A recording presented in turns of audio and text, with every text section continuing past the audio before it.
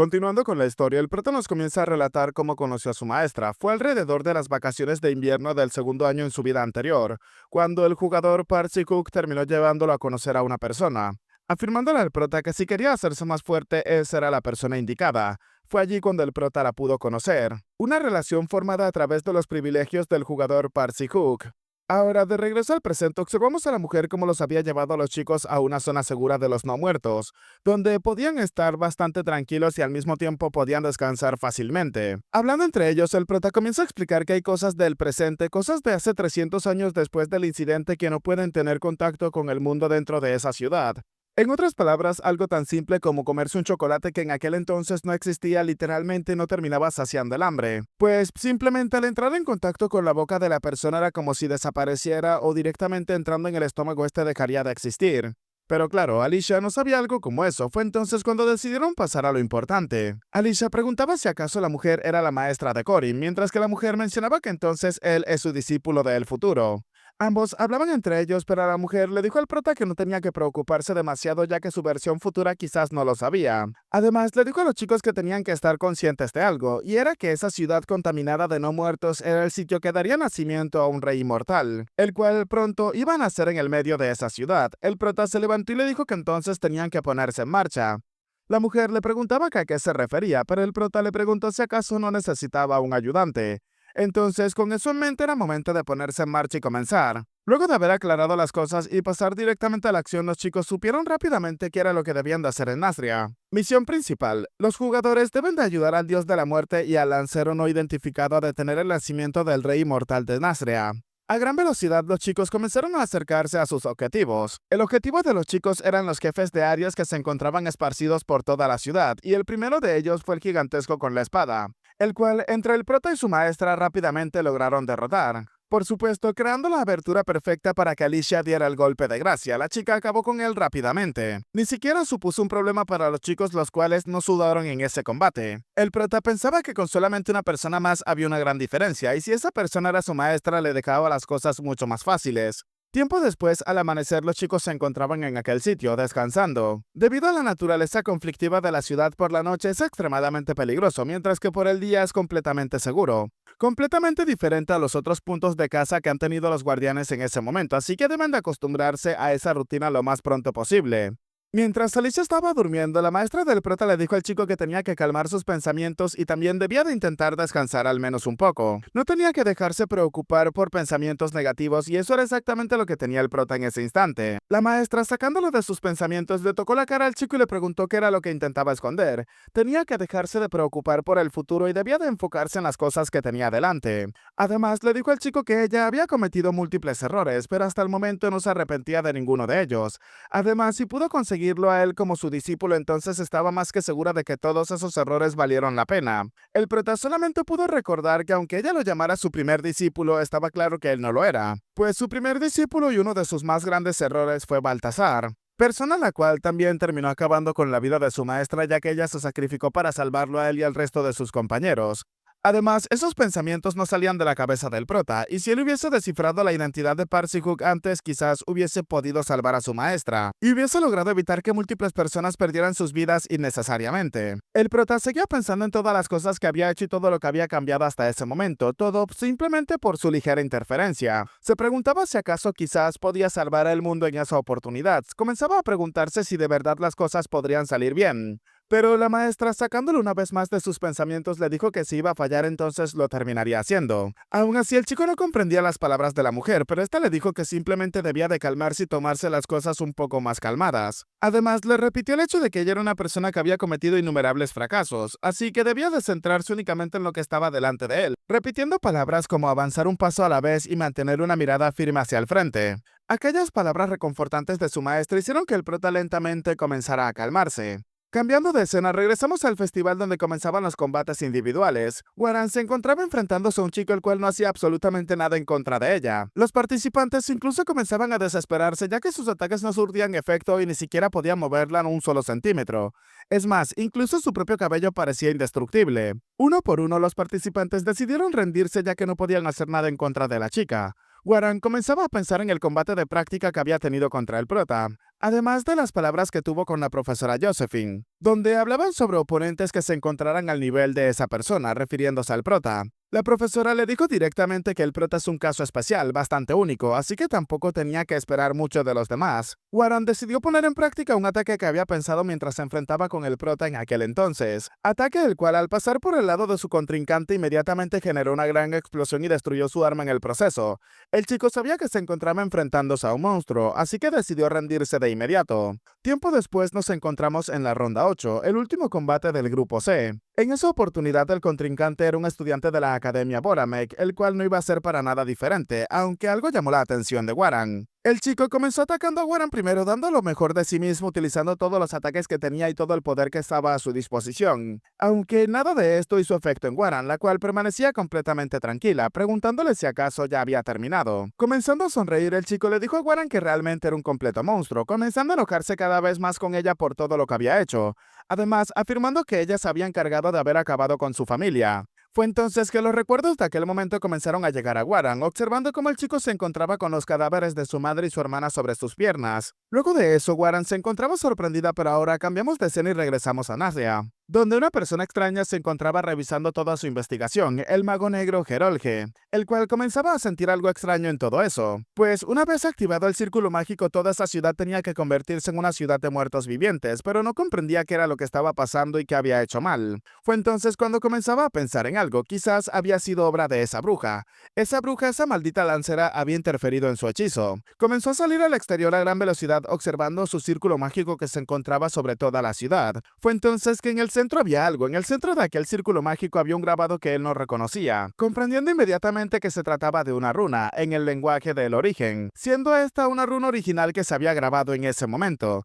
Hace 300 años su hechizo debió de haberse llevado a cabo perfectamente, pero algo había pasado en ese sitio. Fue entonces que vio delante de él a aquella a quien estaba esperando, de quien se encontraba hablando. La bruja había aparecido justo frente a este, afirmando que entonces finalmente había descubierto su secreto. Finalmente descubrió la razón por la que todo estaba ocurriendo de esa forma. El mago oscuro comenzó su metamorfosis mientras que la mujer le dijo que todavía no era momento de que comenzara a cumplir su papel. Al segundo día por la noche en la ciudad todos se encontraban cazando otra vez más a uno de los jefes de campo. Rápidamente acabaron con 2 jefes en una sola noche, acabando con los jefes restantes y ahora preparándose para el combate final, ya que para la noche del tercer día debían de enfrentarse al rey inmortal que finalmente había nacido. El rey inmortal se encontraba delante del prota y sus compañeros, y aunque Alicia se encontraba preocupada, preguntaba si acaso de verdad ese es el rey inmortal, ya que no parecía para nada imponente. La mujer dijo que así era el caso, pero el prota preguntaba si acaso no había fallado en convertirse en un lich. La maestra le dijo que al parecer era un lich completo, pero al mismo tiempo no lo estaba.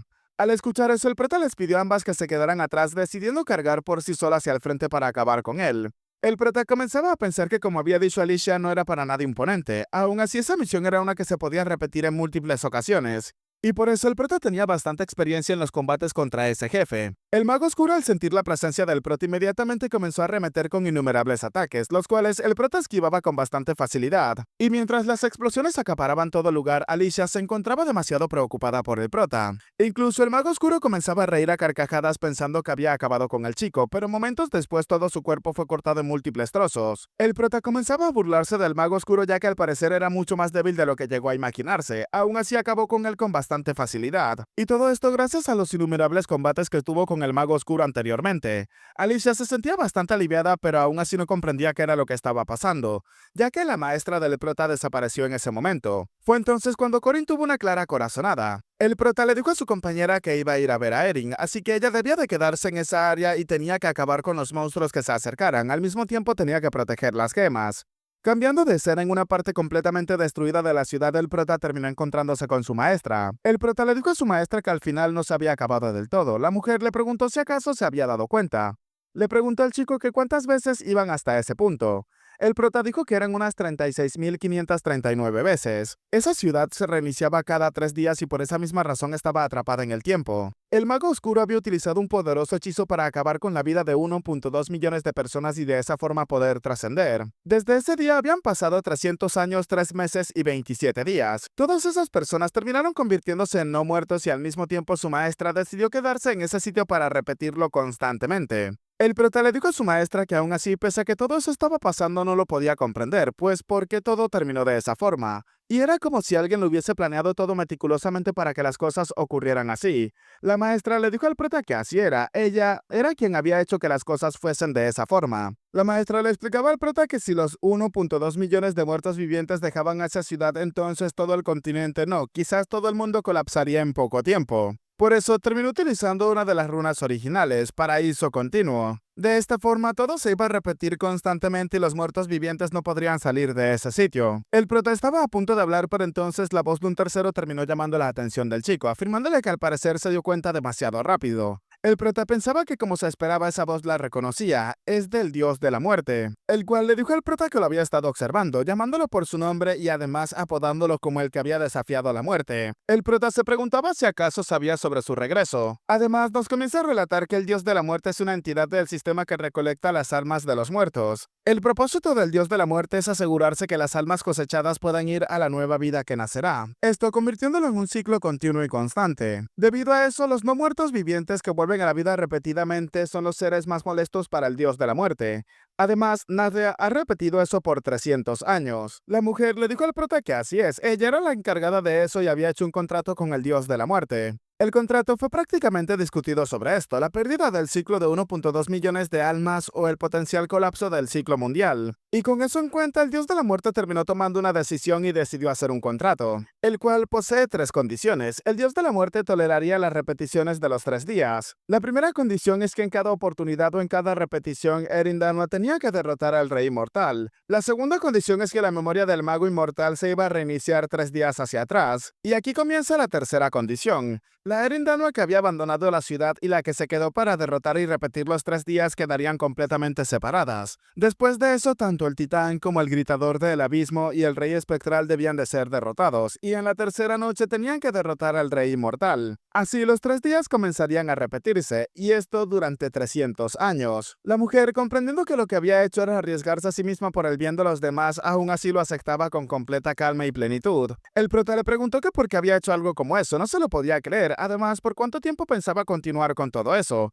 ¿Acaso creía que su cuerpo podría aguantarlo y sobre todo su mente? La mujer le dijo al prota que no debía de preocuparse, ya que ella sabía perfectamente que al igual que ella, él se encontraba allí porque había algo que quería proteger. Y por eso salvar el mundo requiere sacrificios. Además, su personalidad separada fuera de esa ciudad ni siquiera sabe de la existencia del prota. Ni siquiera sabe de la existencia de ella misma, su otra versión. El prota pensaba que nadie reconocía su esfuerzo. La mujer comenzaba a considerarse a sí misma una especie de heroína y como una adulta se sacrificó para proteger a cientos, miles, millones de personas sin importarle nada. Pero por supuesto, esto iba a cambiar a partir de ese momento. El prota terminó llamando la atención del dios de la muerte. La mujer le pidió al chico que esperara ya que no sabía qué era lo que iba a intentar hacer. Pero fue entonces cuando el prota le pidió al dios de la muerte hacer un trato. Erin se encontraba acercándose al chico para llamarle la atención, pero inmediatamente fueron llevados a otro espacio. El dios de la muerte le dijo al prota que era interesante, ya que el que había desafiado a la muerte quería hacer un contrato con el dios de la muerte, algo bastante hilarante a su parecer. Aún así era momento de que comenzaran a hablar. El prota pidió la anulación del contrato que tenía su maestra y además tenía que darle por adelantado un tesoro del inframundo. Y él quería por lo menos uno del 10º rango. El dios de la muerte le preguntó al chico qué era lo que le ofrecía a cambio. El prota le dijo que dentro de medio año se encargaría de limpiar toda Nazria. El dios de la muerte le dijo al prota que eso era imposible para él, a lo que el prota le dijo que eso no es algo que él tenga que decir, solamente tenía que colocar el peso en la balanza. El prota le preguntó en ese momento si acaso encontraba su trato justo. El dios de la muerte le dijo al prota que no era suficiente. No es suficiente su recompensa por limpiar las almas de 1.2 millones de personas. La balanza se había inclinado completamente hacia el prota. Por esta misma razón dictó que eso era completamente injusto, así que tenía que elegir un número único. Solamente así no habría ninguna pérdida. Comenzando a considerar eso, el prota rápidamente terminó escogiendo el tesoro que iba a tomar, y luego de eso terminó saliendo de aquel espacio separado. La maestra le preguntaba al chico qué era lo que estaba pasando con él y qué era lo que había dicho. El prota le dijo que en medio año limpiaría toda la ciudad. y si llegaba a tener éxito entonces su contrato también quedaría anulado. La mujer seguía gritándole al prota que lo estaba haciendo mal, las cosas no podrían resolverse de esa forma, pero el chico le dijo que eso lo aprendió justamente de ella. No importaba el sacrificarse a uno mismo para salvar a alguien más. Además, el prota recordó que en los momentos más difíciles y más complicados terminó conociendo a una verdadera y auténtica heroína, a alguien que protegía a los demás y que no abandonaba a nadie. El prota le dijo a su maestra que él quería salvarla, él quería hacer todo lo posible para que ella pudiese estar a salvo y al mismo tiempo para que ella pudiese ser feliz. Con una gran sonrisa le dijo que él estaba deseando devolverle el favor. Tiempo después, en la misma ciudad, la vida cotidiana que se había repetido durante 300 años seguía de la misma forma. Aunque la maestra del prota se encontraba completamente sola ahora mismo, observaba la ciudad desde un punto alto afirmando que la ciudad seguía siendo un completo caos. Pero pese a los sacrificios y todo lo que ella había hecho, nos comienzan a relatar que ella es el último de los seres divinos que quedaban en esa tierra. La reina del reino de las sombras, ahora desaparecida en el más allá. Erin Danua, que siempre supo que era una persona especial, vivir como un héroe era algo que fue completamente natural para ella. Pero por supuesto, eso fue hasta hace poco, ya que quizás aquella persona sea la encargada de hacer que todas las cosas comiencen a cambiar para ella a partir de ese momento. Y además, él le dijo que estaría a su lado, cosa que no pudo evitar que la maestra del chico comenzara a sonrojarse mientras pensaba en su nombre, ya que esa era la primera vez que alguien se preocupaba por ella. El dios de la muerte desde su perspectiva no podía estar más encantado con lo que estaba ocurriendo, pues un héroe enamorado era algo que no estaba del todo mal. Pero el dios de la muerte se encontraba confundido por lo que había ocurrido, ya que lo que el chico escogió en aquel momento era algo que ni siquiera un humano podría utilizar apropiadamente: el orbe del dios de la muerte. El ataque siempre dará en el blanco, separa la carne del alma. El ataque ignora completamente la defensa. Un arma absoluta y que se puede aprovechar al 100% en las manos del dios de la muerte, pero los humanos no pueden sacar el máximo potencial de esta arma. Aún así, el prota decidió tomarlo como su recompensa, causando que el dios de la muerte pensara que era bastante interesante.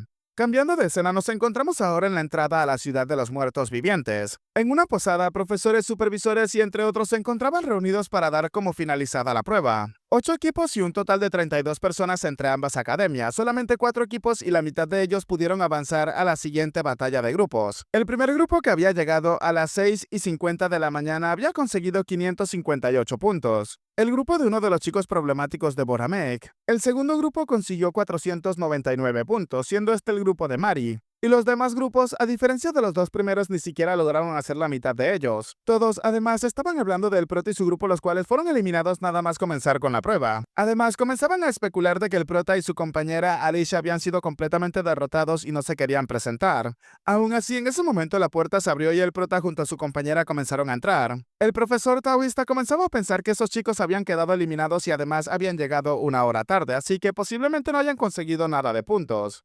Fue en ese momento que Alicia terminó colocando uno de los cristales que pudo conseguir sobre el tablero el cual medía la cantidad de poder y al mismo tiempo la densidad del cristal para determinar cuántos puntos iban a ser entregados. Nada más el primer cristal terminó dándole a los chicos 250 puntos, pero eso no era todo, ya que el prota se preparaba para sacar más también. Había sacado otras 2 piedras que terminó colocando sobre la báscula. Y para finalizar, una piedra que era mucho más pequeña que las otras, pero tenía un color carmesí bastante llamativo, siendo esta la piedra lunar del rey inmortal Gerolge. El marcador comenzó a dar vuelta como loco y todos se quedaron sorprendidos por el número que se estaba mostrando. 1768 puntos, nadie se lo podía creer, el prota había conseguido el primer lugar, su grupo había pasado y superando a los demás con creces. De esa forma, otra prueba grupal terminó superándose con éxito. Ahora los chicos se encontraban en un carruaje directo hacia la ciudad. Mientras se retiraban, Alicia le preguntaba al prota si acaso tenía pensado volver a esa ciudad. Y si era así, entonces podía contar con su ayuda y con la ayuda de Mari para poder despejar todo ese sitio. El prota terminaba agradeciéndole a su compañera, comprendiendo que ahora se le podría hacer mucho más fácil llevar esa carga. Y quizás el orbe del dios de la muerte podría volverse una carta oculta para superar el tercer episodio, o eso fue lo que pensó el prota, recordando cómo era momento de salvar a Waram. Estaba seguro de que esa carta oculta podría salvar a esa arrogante niña. Pero nada más regresar a la academia, la profesora Josephine le informaba al prota de que la estudiante Waram había sido detenida.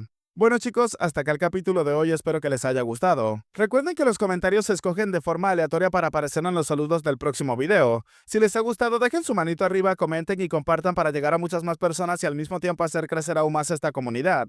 Soy Peguito y espero gocen de un excelente día, tarde, noche, de una muy buena salud, que quieran y cuiden mucho a sus familiares y nos vemos en el próximo video. Chao, chao.